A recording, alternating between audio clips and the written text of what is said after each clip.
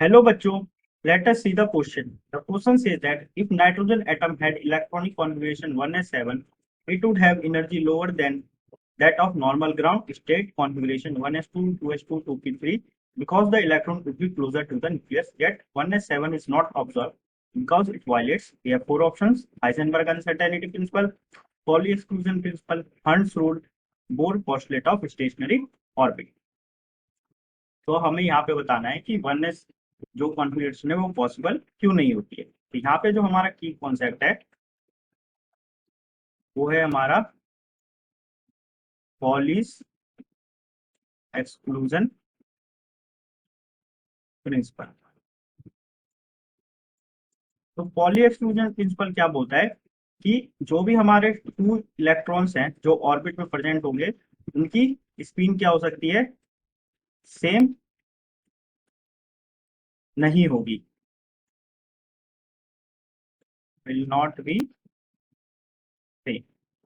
मतलब अगर दो इलेक्ट्रॉन है एक ऑर्बिट के अंदर तो दोनों की स्पिन क्या होनी चाहिए, अपोजिट होनी चाहिए। अगर एक इलेक्ट्रॉन की स्पिन क्या है, प्लस हाफ है, तो दूसरे की स्पिन क्या होनी चाहिए, माइनस हाफ होनी चाहिए। फॉर एग्जाम्पल जैसे कि मान लीजिए यहाँ पे हम भर रहे हैं इलेक्ट्रॉन्स, तो यहाँ पे क्या है, सबकी स्पिन हाफ हाफ है।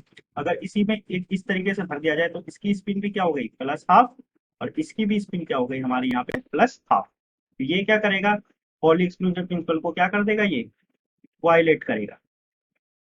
तो ये क्या होगा, वैलिड नहीं होगा। तो अगर 1s7 होता कॉन्फ़िगरेशन तो यहाँ पे क्या होगा, मान लीजिए यहाँ पे 7 इलेक्ट्रॉन फील हो रहे हैं, तो 1, मान लीजिए 2, फिर तीसरा ऐसे होता, फिर चौथा ऐसे होता, फिर पांचवा ऐसे होता, फिर छठा ऐसे होता, फिर सातवां ऐसे होता। तो बहुत सारे इलेक्ट्रॉन की क्या हो जाती, स्पिन क्या हो जाती, सेम हो जाती, जो कि पॉसिबल नहीं है। क्योंकि पॉली एक्सक्लूजन प्रिंसिपल क्या कहता है कि दो इलेक्ट्रॉन की जो है वो जो ऑर्बिट प्रेजेंट है उनकी स्पिन क्या होगी, हमेशा अपोजिट होगी, सेम नहीं हो सकती।